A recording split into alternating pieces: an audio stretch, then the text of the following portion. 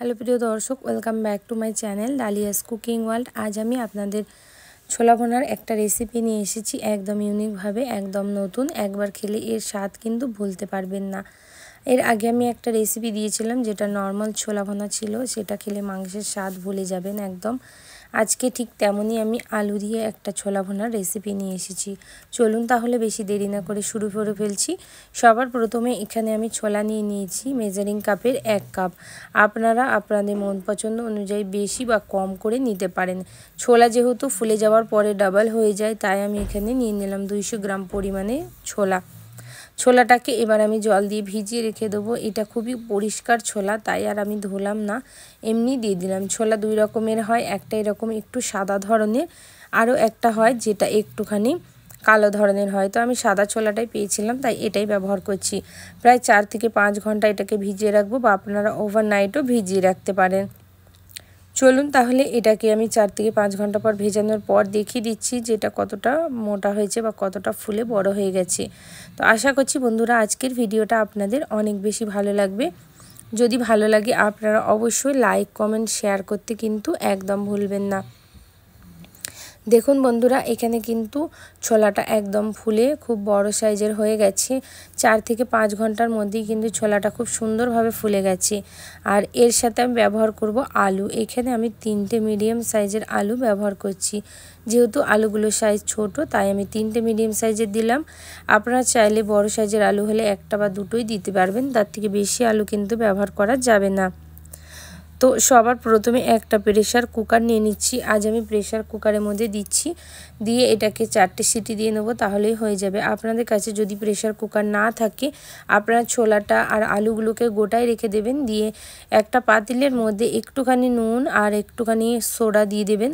দিলেই কিন্তু খুব তাড়াতাড়ি ছোলাগুলো সিদ্ধ হয়ে যায়, আর দেরিও একদমই লাগে না। 5 থেকে 10 মিনিটের মধ্যেই কিন্তু ওটাও সিদ্ধ হয়ে যাবে। তো দেখুন এখানে ছোলাগুলো প্রেসার কুকারে তুলে নিয়েছি। সাথে আমি দিয়ে দিলাম একটুখানি জল, আর দিয়ে দিচ্ছি 1 চামচ পরিমাণে নুন। দিয়ে সিটি দিয়ে এটাকে সাইডে রেখে দেবো। অপর দিকের মশলাটা তৈরি করে নেব। তো মশলা তৈরি করার জন্য কড়াইয়ের মধ্যে নিয়ে নিচ্ছি আমি 4 চামচ পরিমাণে তেল। এখানে আমি সরিষার তেলটা ব্যবহার করছি, আপনারা চাইলে রিফাইন্ড অয়েলটা দিয়েও এটা কিন্তু বানাতে পারেন। দিয়ে দেবো হচ্ছে শুকনো লঙ্কা, তেজপাতা আর 2 টুকরো দারচিনি। এইরকম করে ছোলা ভুনাটা তৈরি করে একবার দেখবেন বন্ধুরা, এই ছোলা বুটের ভুনাটা এতটাই টেস্টি লাগে যে আপনারা এর স্বাদ ভুলতে পারবেন না। দিয়ে দেবো 3টে এখানে মিডিয়াম সাইজের পেঁয়াজ, যেটাকে আমি স্লাইসে কেটে নিয়েছি। এইগুলোকে এবারে একটু এরকম এগুলো ছাড়িয়ে দিতে হবে। দিয়ে খুব ভালোভাবে আপনাদের নাড়াচাড়া করতে থাকতে হবে, যাতে একদমই বেরেস্তার মতো কালার চলে আসে। দেখুন ঠিক এইরকম আপনাদের কালারটাকে করে নিতে হবে।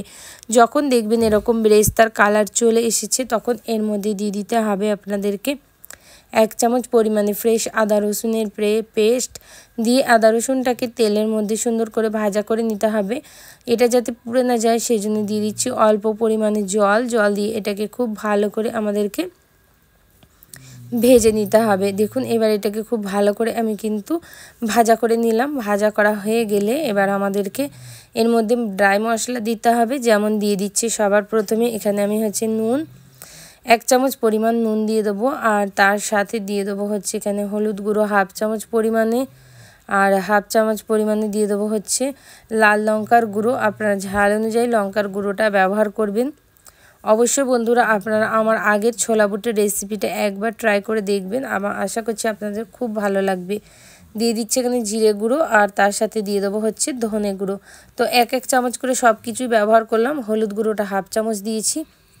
আর এইগুলোকে এবার খুব ভালো করে আমাদের মশলার সাথে নাড়াচাড়া করে ভেজতে হবে পেঁয়াজের সাথে, যাতে মশলাটা পুড়ে না যায়। তাই সামান্য সামান্য করে জল ব্যবহার করছি। আপনারা চাইলে একটু তেলের পরিমাণটা আর একটু বেশি দিতে পারেন। এখানে তেলটা বেশি করে দিলে এটা খেতেও কিন্তু খুবই দুর্দান্ত লাগে। আর যদি আপনারা কম তেলে পছন্দ করেন, তাহলে এরকম কম তেলেও বানাতে পারেন। দিয়ে এর মধ্যে দিয়ে দিতে হবে ছোলা আর আলু সিদ্ধটা। খুব সুন্দর করে দেখুন ছোলা আলুটা সিদ্ধ হয়ে গেছে।